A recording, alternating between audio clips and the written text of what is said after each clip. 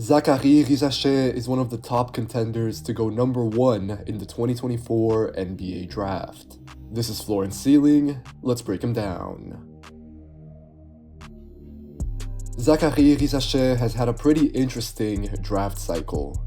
He started on a down note, having struggled for playing time last season, and then playing below his potential at the FIBA Under-19 World Cup. However, Risacher's fortunes really turned when he joined Bourg on loan, and the French prospect started living up to the hype that has long surrounded him in international circles. Risacher played most of the season as an 18-year-old, he only turned 19 in April, and he's still set to compete in the French League's playoffs before the draft. So far this season, he's averaged about 11 points, 3.5 rebounds, and 1 assist in 23 minutes per game. Risacher's role is fairly narrow, we'll break that down as the video goes on, but his 3-point shooting is absolutely crucial. The 6'10" Frenchman is shooting a little under 39% from deep while taking 3.5 triples per game. Risacher understands how to space the floor, and then he has a quick, clean shot that is tough to block given his size and trigger. I expect Risacher to make simple spot-ups, so what has caught my attention the most is when he runs or moves into threes. We have seen this at times in transition or out of screens. Risacher has repeatable, rapid mechanics, and I enjoy how he almost always squares his shoulders to the basket and rises on balance.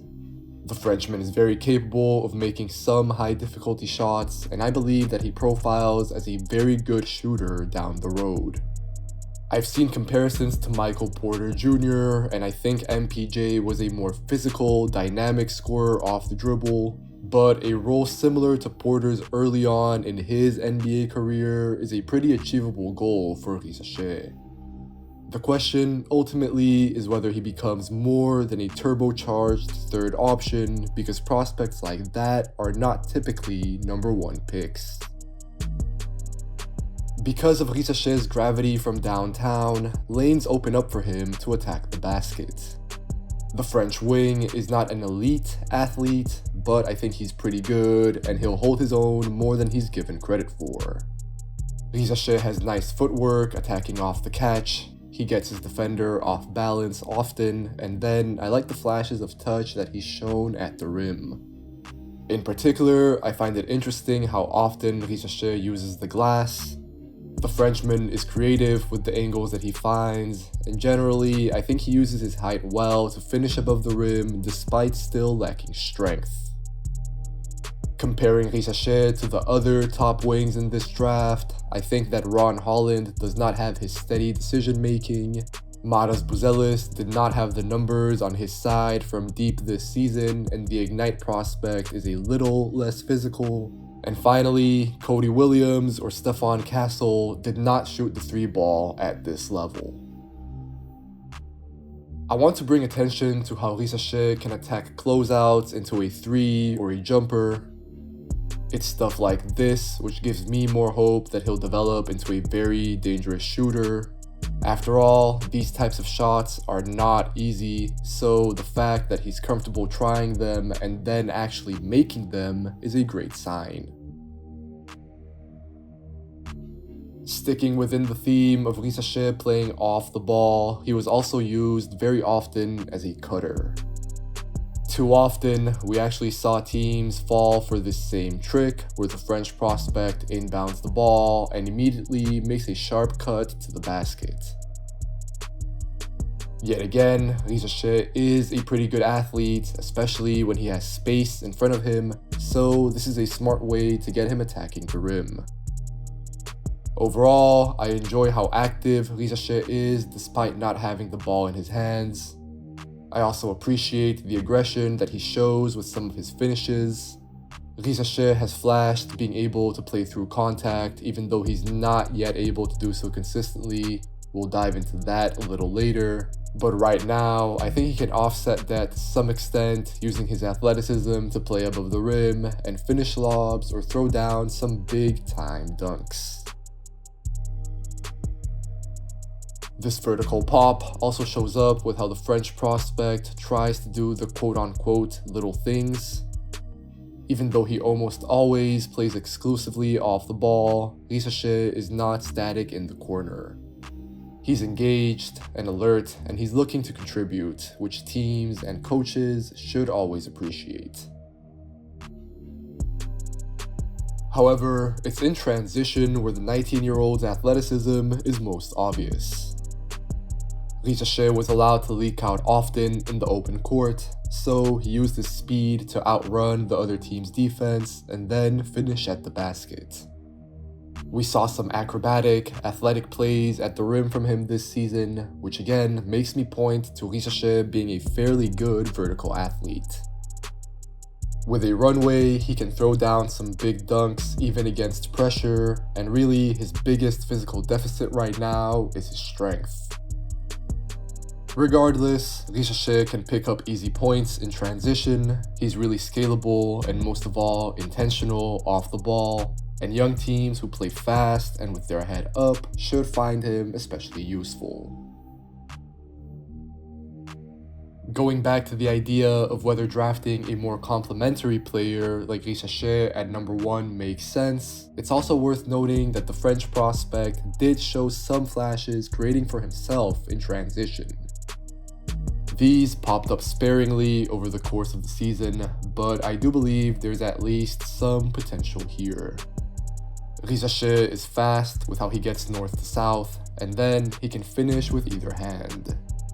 The France wing has nice touch with his shots off the glass, where he uses his size and length effectively to come up with high scoops. At this stage, he already has some shiftiness as he loves a behind the back, and he's not strictly limited to straight line drives. In the long term, I buy Risacher's handle being functional in transition, and I also expect him to get even better as he gets stronger. Risacher already plays somewhat tough in the open court, but he should be able to move defenders out of his way once he packs on more muscle. Risacher's season has been very good, but the bigger question of whether drafting an off-ball player who cannot reliably create for himself at number 1 still lingers. A recurring issue for the French prospect is that he's still quite limited finishing at the rim. His handle is not overly dynamic, but more than that, he just lacks the physicality to both turn the corner on defenders and then really impose himself on the inside. Risacher still struggles to finish at the basket out of cuts or drives whenever he's met with strength and length. All of this is also what keeps him from being more of a mismatch. Risacher stands around 6'10" in shoes, but he's still wiry and skinny. I don't think he necessarily plays soft, it's just that his strength right now has its limits. Being able to post, seal, or generally bully smaller defenders would be a nice addition to his game. Right now, Risacher is just not able to do this consistently, which also means that he cannot play the 4 in the NBA and give his team more versatility. Early on in the league, I can definitely see Risacher's body being a big improvement point, although it should be noted that it has gotten better over time. This idea of not creating enough space for himself applies across the board to the French prospect's scoring. All year long, Risacher did not find it easy to create his own shot. Context is needed. He's an 18-year-old pro in his first season against grown men, but again, one would expect some more on-ball juice from a potential number 1 pick.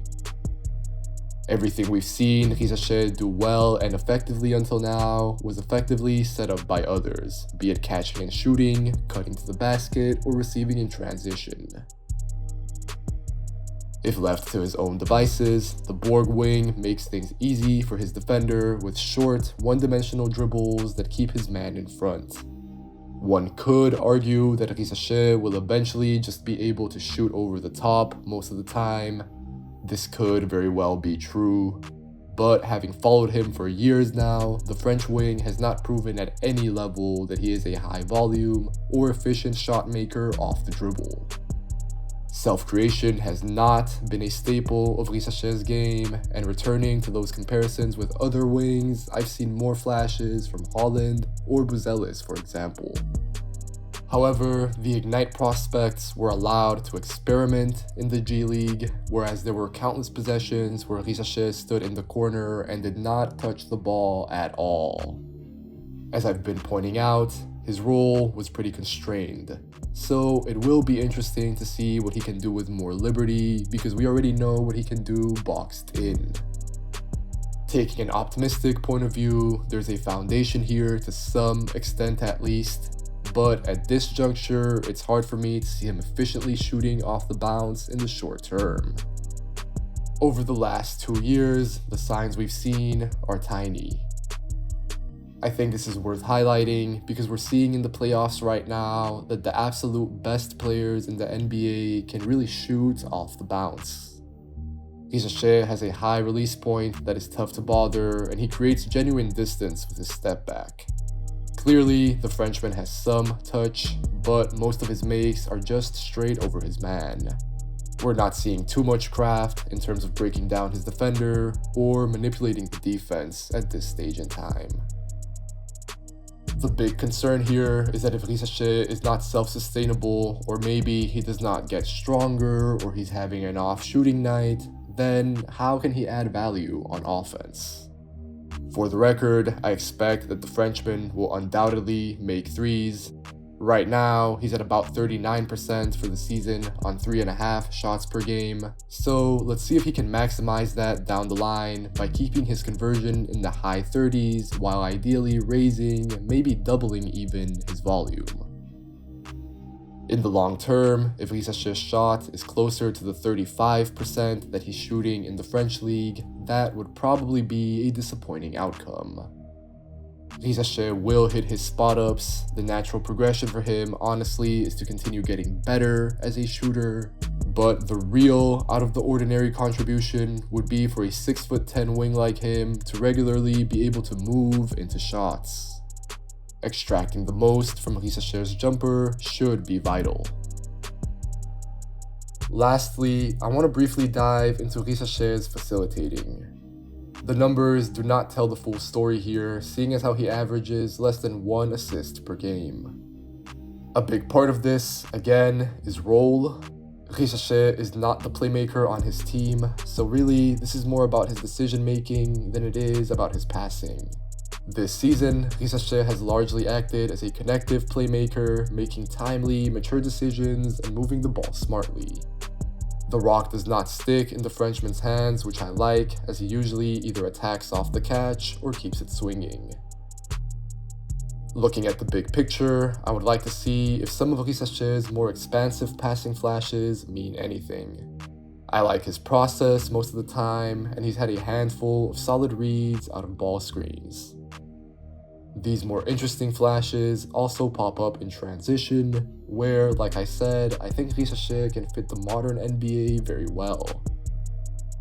However, the French prospect did have 33 more turnovers than assists this season. He still gets bothered by physicality, and he's not a clean ball handler against pressure.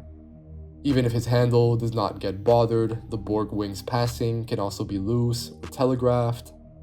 However, neither his best nor his worst flashes here should be overly analyzed, given that it's a small sample size because of what he was asked to do. Zaccharie Risacher had the best defensive season of any top wing in this draft. The 6'10" Frenchman averaged 1.5 steals and blocks combined per game, but I'm looking beyond the box score. What I truly loved was Risacher's level of activity and awareness on this end of the floor. In particular, I want to spotlight his engagement rotating in the paint and protecting the rim. Risacher is alert like few teenagers I've evaluated, and he really impressed me this season with his contributions as the low man. I also thought the French prospect was disciplined with how he used his length and verticality in the paint, generally managing to avoid foul trouble. The Borg wing is not the longest, but he is still 6'10", mobile and athletic. So I expect Risacher to be fine in the long run as long as he continues to time himself well and get stronger. At youth levels, I hadn't been as impressed by Risacher's versatility or capacity to make multiple efforts, so this switch up defending with intensity and guarding across multiple positions was really pleasant. This season, Borg used Risacher basically playing 1 through 3, and sometimes even guarding 4s, although not very physical ones. Risacher shows some flashes at the point of attack, as he moves fluidly in space and he has the length to smother drives and pull-ups versus smaller attackers. He can also stay attached off the ball, navigating attackers to put up valid contests with his length. Looking ahead, it will be very important to discover how truly switchable Risacher is. He's 18, so he's still very early in his overall development, but I think he'll need to be some sort of a defensive force in order to live up to his draft standing. Risacher is still consistent when it comes to staying in front of guards, and then against bigger attackers, he is almost always at a strength disadvantage. Right now, this is genuinely problematic because it can mean that Risacher struggles to stay rooted to his defensive spots. Zaccharie Risacher is a top 3 lock for me despite not being a typical super high draft pick. The biggest worry right now is that there is virtually no self-creation, but looking around at this draft and at the teams drafting first, I have no doubt that Risacher should be a top pick. As always, if you enjoyed this video, make sure to leave a like, make sure to leave a comment telling me what you think of Zaccharie Risacher, and if you enjoyed the channel, if you want to watch more content like this, make sure to subscribe. Take care, and I'll catch you guys next time.